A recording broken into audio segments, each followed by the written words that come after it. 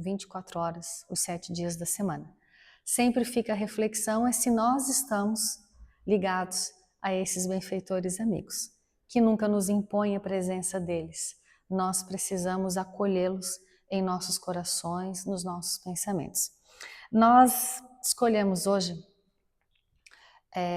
uma passagem do apóstolo Paulo em Filipos, capítulo 3, versículo 13. O finalzinho dela é muito conhecida de todos nós, que ele fala assim, eu prossigo para o alvo. O apóstolo Paulo falava assim. Mas nós vamos ler depois o que vem um pouquinho antes, que foi o que nos inspirou. Mas nós achamos uma história do livro Reportagens do Além-Túmulo. Quem gosta de ler, fica a indicação. São crônicas, histórias dos mais variados assuntos, fácil, mas que sempre trazem ensinamentos importantes. No capítulo 28, o título é A Queixosa. A dona Bem-vinda, o nome dela era Bem-vinda, ela vivia rodeada de oportunidades benditas, mas não sabia aproveitá-las. Cristalizara-se nas queixas dolorosas, aniquilando as próprias energias. A mente doente desfigurava as sugestões mais belas da vida diária. E ela saía dizendo para todo mundo, como eu sou infeliz, dizia ao colega de trabalho, aos sobrinhos, a todo mundo. Vivo insultada, à maneira de um animal sem dono e sem casa. A amiga dela mais próxima dizia, não digas isso, Bem-vinda. Observa a companheira que tinha mais intimidade com ela. Temos saúde, não nos falta trabalho, teus sobrinhos que moram contigo gostam de ti. Mas não adiantava, chovia maldições. E os meus sobrinhos só estão comigo por interesse, pesam na economia doméstica, o trabalho é mal remunerado, o patrão não gosta de mim. Se chovia, ela reclamava da chuva. Se dava sol e calor, ela reclamava do sol e do calor. Se dava frio, ela se queixava do frio. Então, tudo na vida dela era uma maldição. E ela ansiava, pedia, achava que quando ela morresse, então, finalmente ela seria feliz. Aí a amiga dela dizia, mais bem-vinda. Enquanto os sobrinhos estavam na rua trabalhando, ela ia para a casa da vizinha e reclamava da vida. E daí a vizinha, porque Deus sempre manda alguém, um livro, uma palestra, para nos tirar às vezes desses processos de queixa, de revolta, de tristeza. E a vizinha falou assim, mas bem-vinda, tenha fé em Deus, Deus é nosso Pai. Que fé em Deus não tenho mais, porque quando meu pai ficou doente, foi fazer uma cirurgia, eu pedi a Deus que desse saúde para o meu pai. O que aconteceu? Meu pai morreu. Quando a minha irmã ficou bem doente de pneumonia, eu pedi para que salvasse a minha irmã, porque o meu pai já tinha morrido, a minha mãe já tinha morrido. O que aconteceu? A minha irmã morreu e ainda deixou 2 filhos pequenos para mim criar, me dando trabalho, mais responsabilidade. Eu pedi a Deus que me desse um marido. O que aconteceu? O meu noivo me largou para o outro. E eu fiquei agora sozinha, cuidando de 2 pessoas que nem filhos meus são. A amiga, observando o quadro mental dela, não falou mais nada. Neste instante que ela reclamava da vida para a vizinha, chegam os 2 sobrinhos e falaram, tia, não se preocupe, tia, nós vamos cuidar de ti, nós estamos trabalhando. Que vão cuidar de mim o quê? Quando vocês ficarem velhos, vão me abandonar, virar as costas para mim. E tanto foi esse quadro de reclamações da vida, da saúde, do emprego, dos parentes, de onde morava, do clima. Devagarzinho, o que aconteceu? As pessoas foram se afastando dela, porque ela só reclamava, só queixava. Os próprios sobrinhos, ora alegres, agora só vinham para casa para comer, porque ela só reclamava, nem tinha oportunidade de diálogo. Eles iam para almoçavam, iam trabalhar, voltavam e dormiam. E passou o tempo, os sobrinhos cresceram, dentro daquele quadro de queixas, de reclamações para tudo e para todos, eles foram morar longe, os vizinhos se afastaram, os amigos do trabalho se afastaram, e ela reclamava do emprego.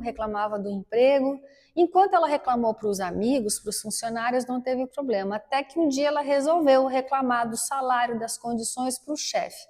Adivinha o que aconteceu com a bem-vinda? Perdeu o emprego.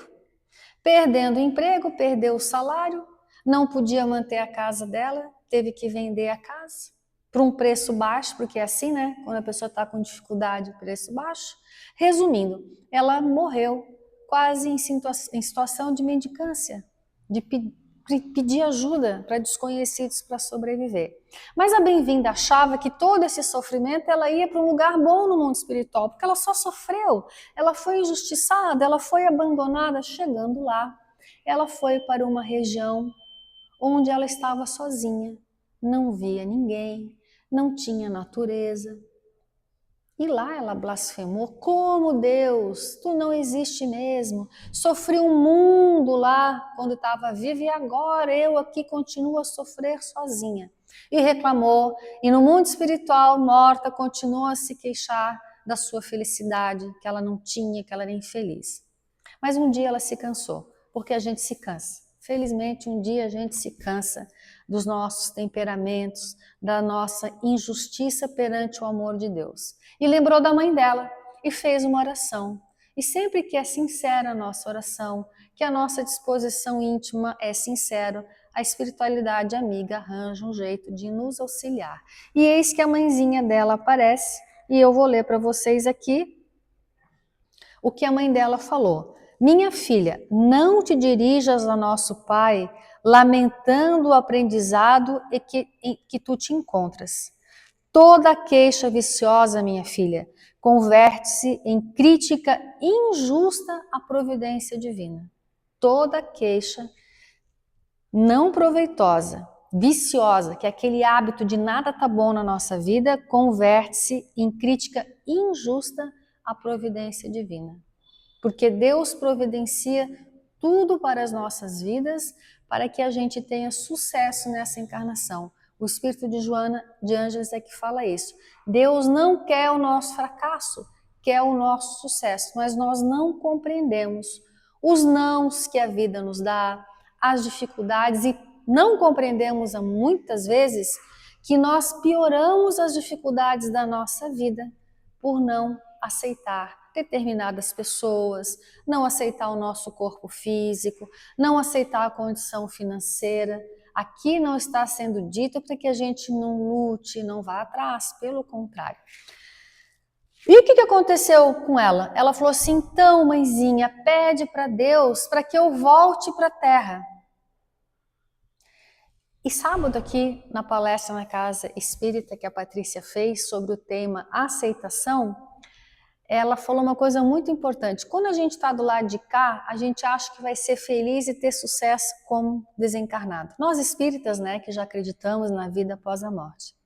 Quando nós estamos do lado de lá, nós achamos que só poderemos concluir a nossa felicidade, executar a nossa felicidade quando estivermos aqui no corpo físico. Qual é a conclusão que a gente chega?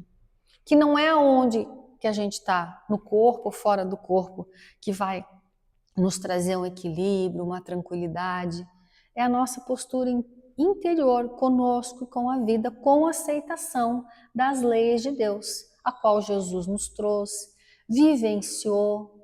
Todas as leis de Deus estão nas parábolas de Jesus, nas coisas que ele viveu conosco. O Espiritismo veio nos relembrar o que Jesus nos disse e que a gente esqueceu.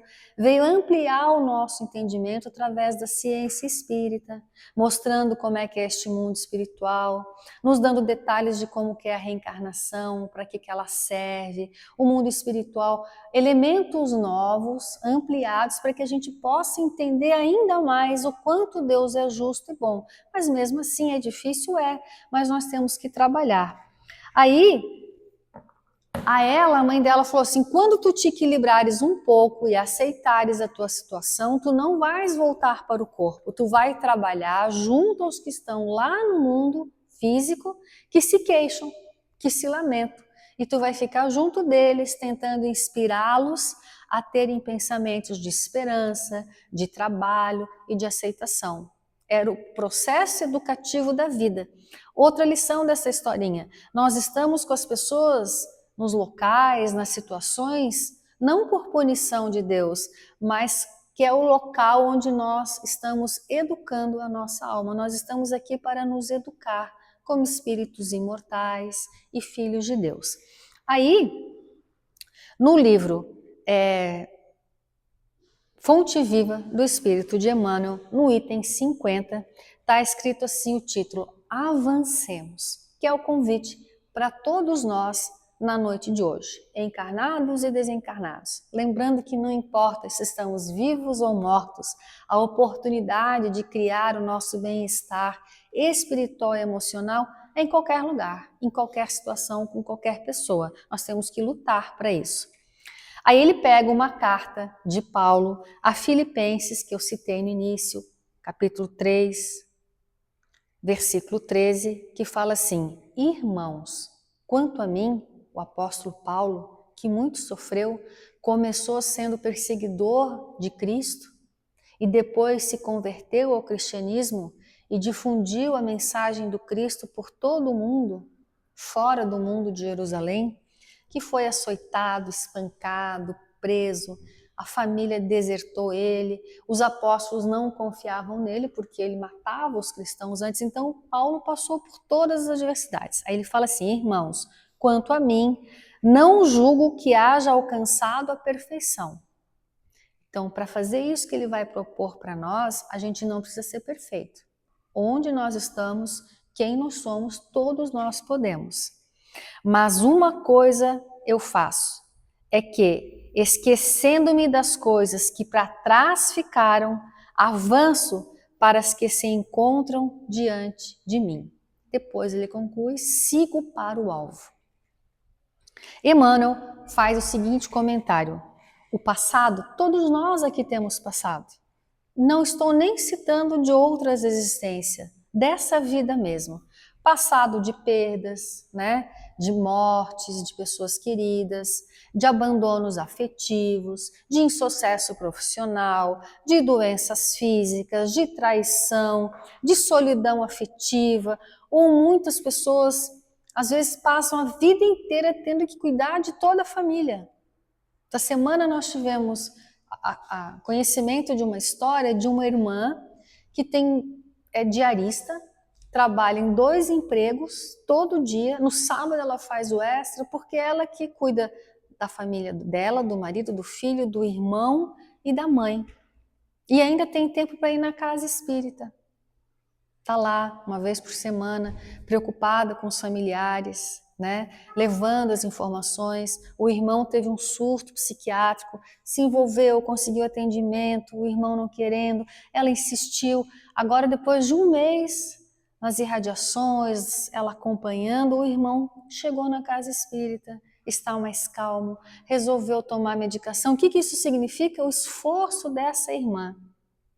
Né? Ela não ficou achando que ela estava sobrecarregada, se queixando, ela aceitou e está gerando bem. O passado, porém, se guarda as nossas virtudes, as boas experiências. Nem sempre é o melhor condutor para a vida futura. Nós temos as nossas experiências do passado, mas nós não podemos ficar presas, como a Bem-vinda ficou. Ela teve insucesso no matrimônio, perda dos pais, não sei o que, os compromissos, ela ficou presa. Ela não queria essas situações e ficou presa e a vida foi avançando.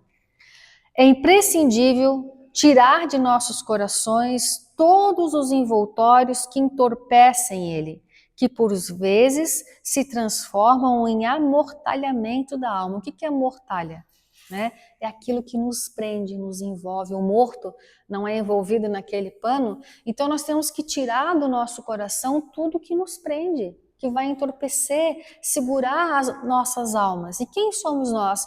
Filhos de Deus, fadados à luz, não as coisas ruins. Aí ele faz o próximo parágrafo: a contrição, que é aquele hábito da gente de se sentir culpado das coisas que nós fizemos erradas, que é outra coisa que aprisiona a gente no passado. A saudade de entes, de situações. A esperança que não se move, só fica esperando. E o escrúpulo. O que é o escrúpulo? Será que eu faço ou não faço? Será que eu estou certo ou não estou? Será que eu vou ou não vou? São sagrados. mas não devem representar impedimento ao acesso de nosso espírito à esfera superior. Nós temos que viver, temos que lutar, temos que fazer escolhas. Esqueçamos todas as expressões inferiores do dia de ontem e avancemos para os dias iluminados que nos esperam. Eis a essência do seu aviso fraternal à comunidade de Filipos. Nós temos que acreditar nos dias melhores, mas nós temos que nos libertar das queixas, das tristezas, da desistência da vida. Centralizemos nossas energias em Jesus e caminhemos para adiante. Ninguém progride sem se renovar. Então o convite é, a gente precisa todo dia, gente, é todo dia mesmo, tentar renovar um pouquinho os nossos pensamentos, as nossas emoções. E Emmanuel também fala, dá um exemplo muito bom, nós estamos num carro. O retrovisor é importante para a gente ver o que está vindo lá atrás. Mas o que vai acontecer se eu ficar olhando só para o retrovisor? Eu vou bater, vou errar o caminho. Então a vida é assim, o passado nós olhamos para ver as experiências, mas nós temos que seguir, olhar para frente no dia de hoje para a gente seguir adiante. Que a paz de Jesus fique em nossos corações. Jesus é o caminho, é a verdade, é a vida. Vamos buscá-lo, entender Jesus nas páginas do Evangelho, da doutrina espírita. Prossigamos agora para o segundo momento do passe, que é o momento onde nós vamos receber as energias do alto para renovar nossas disposições físicas, emocionais, psíquicas e espirituais. Agradecemos a atenção de todos.